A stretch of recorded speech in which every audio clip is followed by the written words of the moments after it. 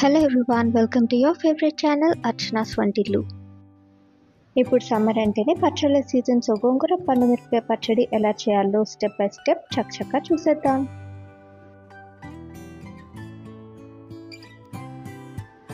ఈ పచ్చడికి first పండుమిరపకాయలు 1 kg తీసుకోవాలి. ఇప్పుడు ఈ పండుమిర్చి అన్నిటికీ తొడాలను తీసేసుకోవాలి. ఈ తొడాలన్నిటినీ తీసేసినాక మనం ఈ పండుమిర్చి అన్నిటినీ పేస్ట్ లాగా చేసుకోవాలి, అంటే మిక్సీలో వేసుకోవాలి. అది ఎలా చేయాలో చూసుకుందాం. ఈ పండుమిర్చి పేస్ట్ చేయాలి అంటే 1 kgకి 1/4 kg అంటే 1/2 kg సాల్ట్ సరిపోతుంది. అలానే చింతపండు కూడా 1/2 kg సరిపోతుంది. ఇప్పుడు మనం మిక్సీ జార్లో కొన్ని పండుమిర్చి, కొంచెం చింతపండు, కొంచెం రాక్ సాల్ట్ వేసుకొని మిక్సీ పట్టుకోవాలి.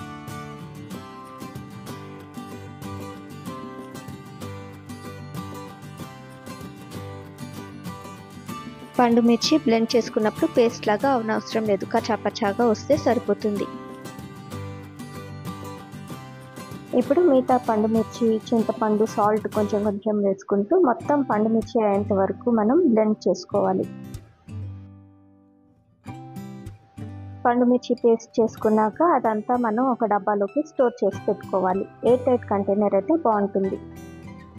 ఇప్పుడు ఒక్కొక్క లేయర్ పండుమిరపకాయ మనం బ్లెండ్ చేసిన తర్వాత 1 టీ స్పూన్ పసుపుని ఒక్కొక్క లేయర్ మధ్యలో వేసుకోవాలి. బ్లెండ్ చేసిన తర్వాత ఈ పండుమిర్చి పేస్ట్ మొత్తాన్ని ఒక ఎయిర్ టైట్ కంటైనర్లో పెట్టి 3 days పక్కన పెట్టుకోవాలి.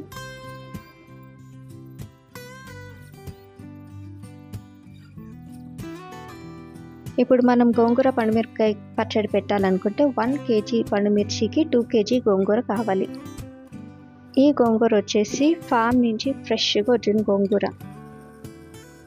ఇప్పుడు ఈ గోంగూరని 2 kg కాడలు లేకుండా ఆకు ఒలిచి పెట్టుకోవాలి. ఇప్పుడు ఈ ఒలిచిన ఆకుని 2 days ఫ్యాన్ కింద ఆరనివ్వాలి. ఇట్లా డ్రైగా అయిపోతుంది. ఇప్పుడు 3rd day మనం పచ్చడి ఎలా చేయాలో చూద్దాం. ఫస్ట్ కళాయి తీసుకొని అందులో కొంచెం ఆయిల్ వేసుకోవాలి. వేసుకున్నాక ఆల్రెడీ ఎండిపోయిన గోంగూరని ఇందులో వేసుకోవాలి. ఆయిల్కి సరిపడినంత వేసుకుంటే సరిపోతుంది.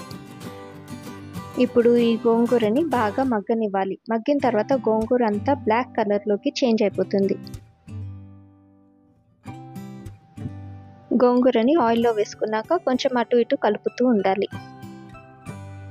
ఇప్పుడు ఈ మగ్గిపోయిన గోంగూరని ఒక గిన్నెలోకి ట్రాన్స్ఫర్ చేసుకోవాలి.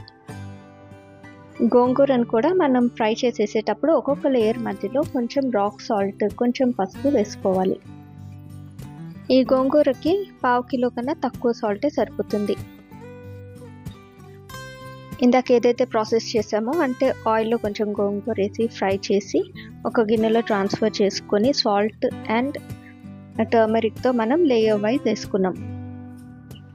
సేమ్ అదే ప్రాసెస్ మనం గోంగూర అంతా అయ్యేంత వరకు చేసుకోవాలి. గోంగూర అంతా ఫ్రై చేసి ఒక సైడ్లో పెట్టుకోవాలి.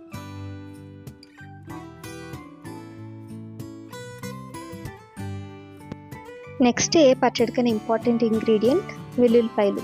ఈ వెల్లుల్లిపాయలని విడతీసి 1/2 kg మిక్సీ పట్టి ఒక టబ్లోకి వేసుకోవాలి. ఇప్పుడు 3 days బాగా ఊరిన పండుమిర్చి పేస్ట్ ఏదైతే మనం 3 days ముందు మిక్సీలో వేసుకున్నామో ఆ పేస్ట్ని మనం టబ్లోకి వేసేసుకోవాలి. తర్వాత మెంతి పొడి 2 teaspoons వేసుకుంటే సరిపోతుంది. నెక్స్ట్ ఆల్రెడీ మనం ఫ్రై చేసి పెట్టుకున్న గోంగూరను కూడా ఇదే టబ్లోకి వేసేసుకోవాలి. ఇప్పుడు మనం టబ్లోకి ఏవేవి ఇంగ్రీడియంట్స్ వేసామో అవన్నీ కలిసేలాగా బాగా చేత్తో మిక్స్ చేసుకోవాలి.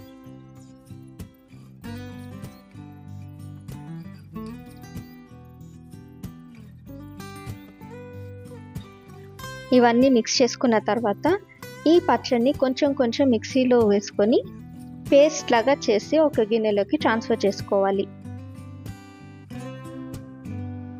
లాస్ట్గా ఆల్రెడీ మనం పేస్ట్ చేసి పెట్టుకున్న పచ్చడి మొత్తం కలిసేలాగా ఒకసారి చేత్తో మంచిగా మిక్స్ చేసుకోవాలి.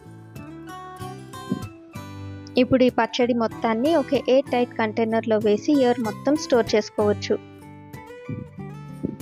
తాలింపు మాత్రం కొంచెం కొంచెం పచ్చడి తీసుకొని అప్పటికప్పుడు పెట్టుకుంటే ఇయర్ మొత్తం పచ్చడి ఫ్రెష్గా ఉంటుంది.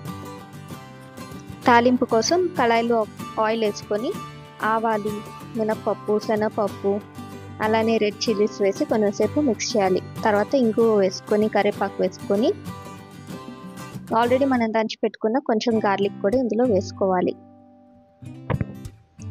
తర్వాత ఫ్రెష్గా మనం చేసుకున్న పచ్చడి ఆ ఆయిల్కి ఎంత సరిపోతుందో అంత పచ్చడి వేసుకొని బాగా మిక్స్ చేసుకోవాలి.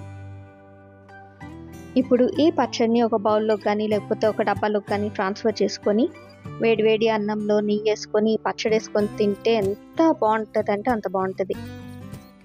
మరి మీరు కూడా ఇలాంటి మంచి రెసిపీస్ని, పచ్చళ్ళని మీ ఇంట్లో కూడా ట్రై చేయండి. మరి ఇలాంటి మంచి రెసిపీస్ని మిస్ అవ్వకుండా ఉండాలి అంటే అర్చనాస్ వంటిల్లుని లైక్, షేర్ అండ్ సబ్స్క్రైబ్ చేసుకోండి.